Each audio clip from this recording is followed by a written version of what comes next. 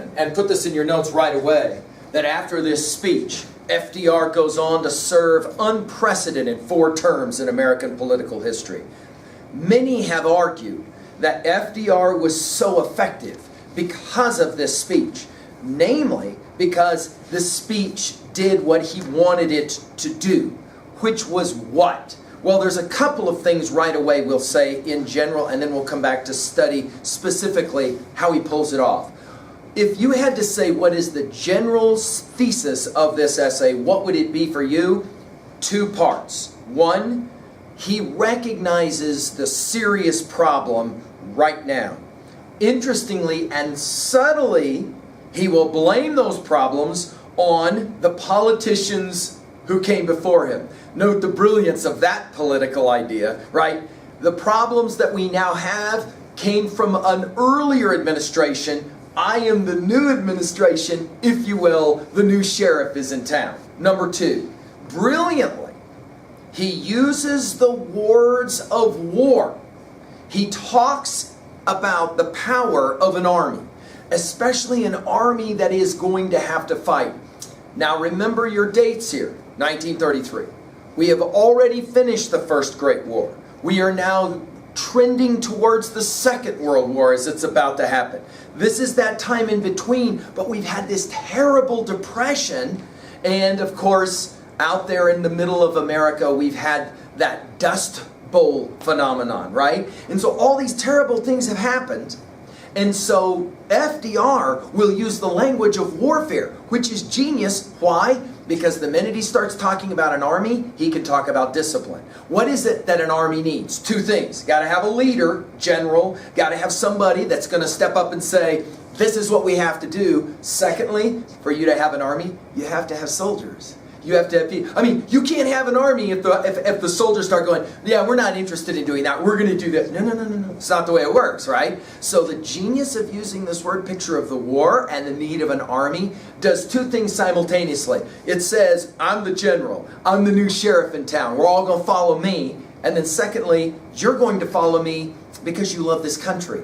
It is a brilliant and a very subtle reaching out to the American people and saying, we have nothing to fear but fear itself. Let's go to the actual speech and now quickly work through the way that FDR is able to pull this off. By the way, did you notice at 3A, did you notice the difference in the auditory quality? You're listening to a radio address, and the technologies of 1933 are a lot different from the technologies of obviously 1963 in the I Have a Dream speech. Notice the differences even to the quality of today. Like when you listen on your headphones, when you listen to music recorded today, totally different gig, right? It sounds different. Now, of course, those of you who listen to any kind of vinyl or LP music on the turntable, you notice that sometimes you can still hear that kind of static cracking sound that will happen, right? All right, let's go to work with it. Notice right away, a day of national consecration. He says this is a situation of our nation which is impelling us. He's already using the language of the Declaration of Independence. Jefferson actually uses the word impels. It is a fault of our curriculum at Worland High School, I believe, that we don't teach the text, the Declaration of Independence, in your freshman year and teach it first. I have given a lecture on the DOI, Declaration of Independence, for my junior students, and if you want as freshmen, you can go and study that. And once you've studied the Declaration of Independence, you'll have a much easier time working through this. Of course, let's say it in our notes. FDR works from the understanding that everyone in his audience knows some things. They know the Declaration of Independence. They know, of course, about the Gettysburg Address. That will also be referenced here, and Abraham Lincoln. And, of course, they know their biblical texts because they've all been, or most of them, have been raised exposed to certain kinds of Christian and biblical understanding, Judeo-Christian biblical understandings. And he'll make references there as well. Of course, the first major thesis comes with this, only thing we have to fear is fear itself. That's the most famous line from this speech.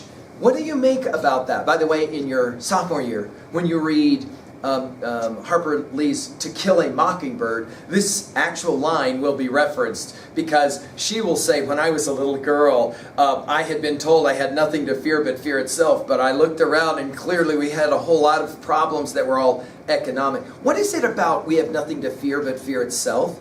that's so compelling? Let's say it this way. What he does is he takes external worries and he makes them psychological. And he says, it's all kind of just in your head. It's like a child who wakes up in the night and screams and is afraid. There's a boogeyman under my bed. What is it that the mother or the father would say? No, the boogeyman doesn't actually exist other than in your mind. That's not to say you're not afraid. It's only to say you have no reason to be afraid. That is a genius way to begin the speech. Why? Because right away he will say, I got to talk the truth. I'm going to say some things people aren't going to be happy to hear. Like, well, what are those difficulties? Page 554. Right away he calls it a dark hour.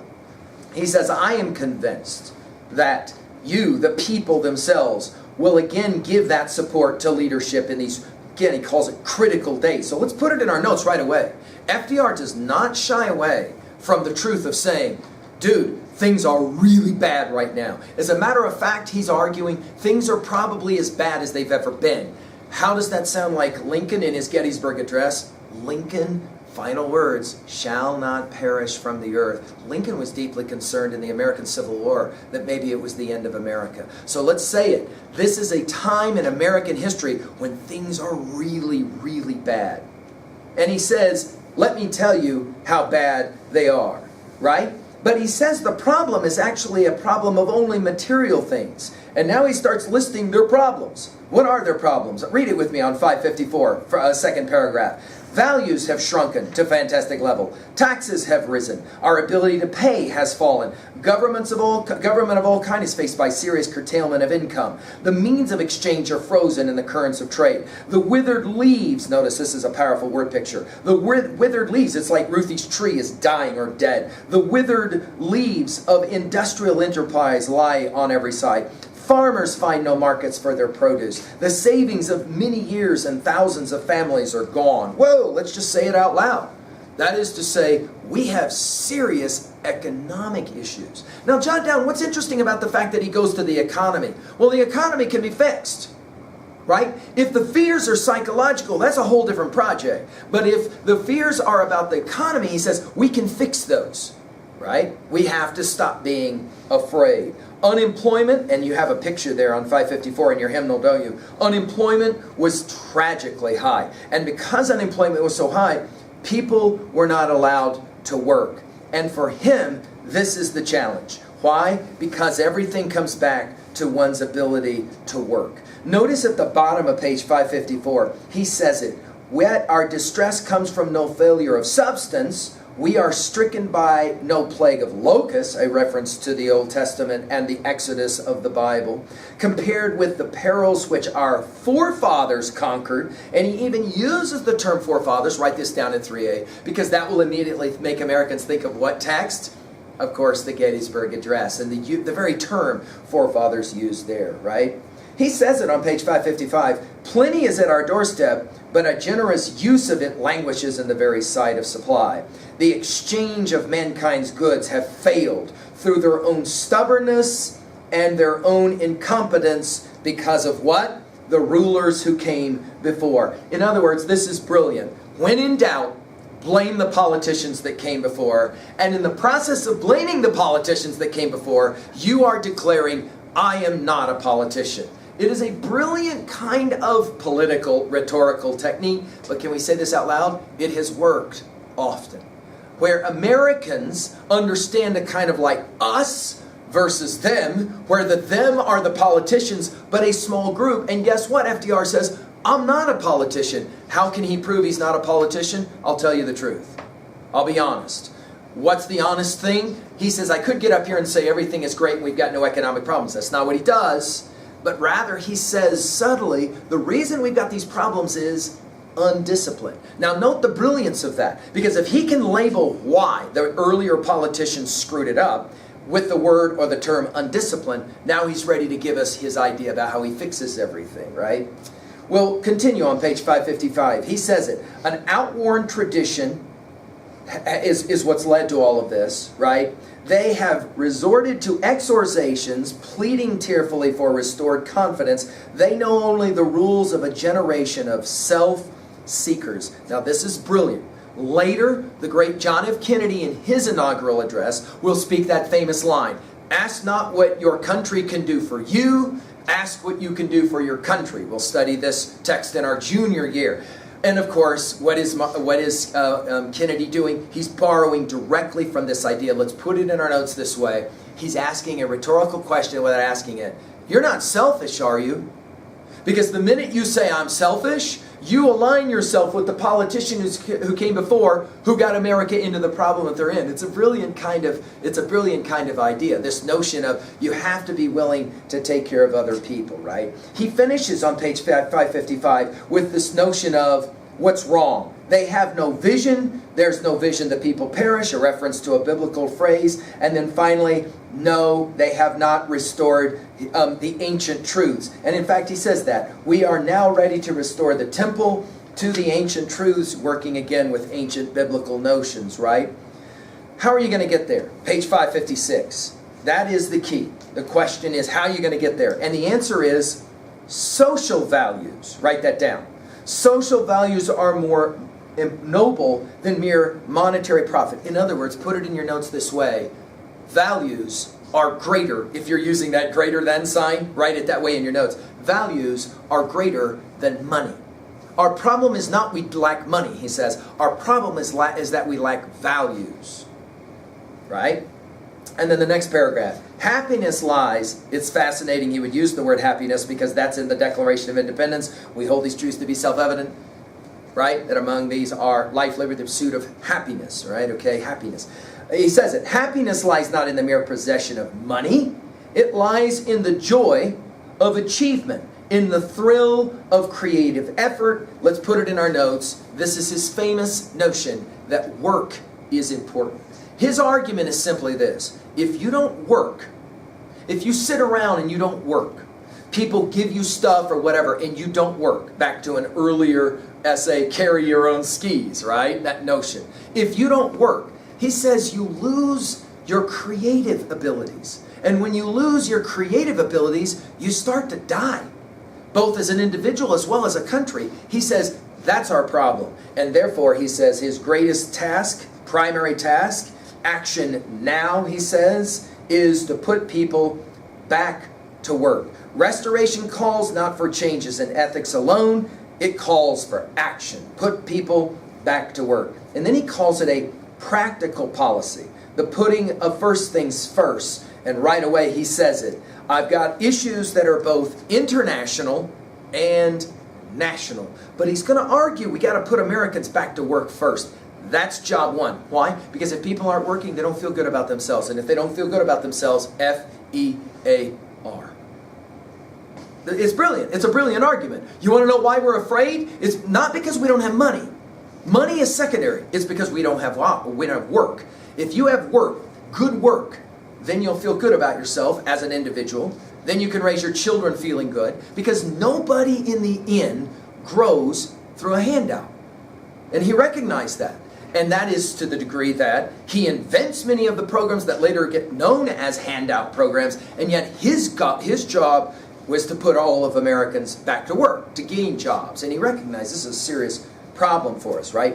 He references the historical precedent on page 556 at the very bottom of that page with the spirit of the pioneer. Put that down. That's a brilliant, brilliant thing. He says, let me tell you what America is. We are a group of pioneers. We went out and we found land and we worked to somehow make that land livable. That's the pioneer spirit. In other words, before he uses, this is brilliant, write this down. Before he uses the word picture of war in the army, he uses the word picture of the pioneer. Right? Americans out trying to discover new lands. In other words, we have a new quest in front of us, will be his argument, right? We have to dedicate, he says, in the field of world policy, I would dedicate this nation to the policy of the good neighbor. Let's say two things about that. The word dedicate, of course, is the language of Lincoln's Gettysburg Address. Okay? And by the way, FDR is giving a speech to people, Americans, who when they were children memorized the Gettysburg Address. So they memorized the Declaration of Independence, so they know this language. So when he uses the word dedicate, that's immediately where it goes. Look at the next one, the good neighbor, which takes us back again to a Christian teaching of the Good Samaritan. In other words, instead of worrying about yourself, worry about someone else. When you find yourself in despair and you're unhappy, go out and find somebody who's in a worse situation than you and help them. Work with them. That's his point, the good neighbor. Of course, the good neighbor is built on this notion, 557, of respect. This is central to his understanding. We all must respect each other. And then, sounding very much like 30 years later, Dr. King, this notion of interdependence on each other. We're all in this together, and then he uses it for the first time. The loyal army will be willing to sacrifice for the good of a common discipline. Now, this is brilliant. And he even says it at the bottom of 557. Read it with me. He says, we are, I know, ready and willing to submit our lives and property to such discipline. These are the final lines of the Declaration of Independence. Our lives, our honors, and our sacred fortune. That's what those guys who signed that. In other words, we are going back to the time when America fought in a different war. The American Revolutionary War. Only now we're not fighting against the English, the British. We're rather fighting against unemployment, problems within our country, economically speaking, and we're all going to go together. Notice on 559, he proposes then this idea of this great army of our people with a disciplined attack. This notion of discipline is obviously central, right? Notice it's inherited from our ancestors. Again, we're back to the consideration of the historical precedent. And then what brings all Americans together, he says, the Constitution.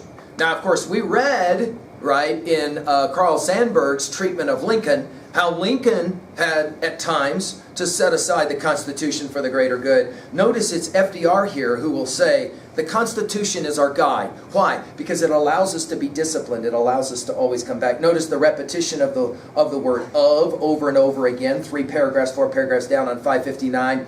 Expansion of territory, of foreign wars, of bitter internal strife, of world relations. This repetition that we've been pointing out, right? He calls it a stricken nation in the midst of a stricken world, and that's going to require some immediate and some speedy adoptions. He then speaks to Congress as those politicians, and he says 2 important things. 1, I want you on my side. 2, if you're not on my side, I will go this alone with the American people. In other words, notice right away, he is declaring himself the general of the Army of America. That is central. Because what FDR, you'll study this later in your high school history classes, what FDR does is at times he does have to go it alone. And he does often have to say, I am the one who has to lead this country. Of course, he has to have the support of the army, right? The rest of America and all of that. Notice he says it, I shall ask the Congress. Look at the last 2 paragraphs on 559. It's brilliant. I shall ask the Congress, but then look at the first word of the next paragraph. We face. So he goes from I to we, right? This war against the emergency as great as the power that would be given me if we were in fact invaded by a foreign force.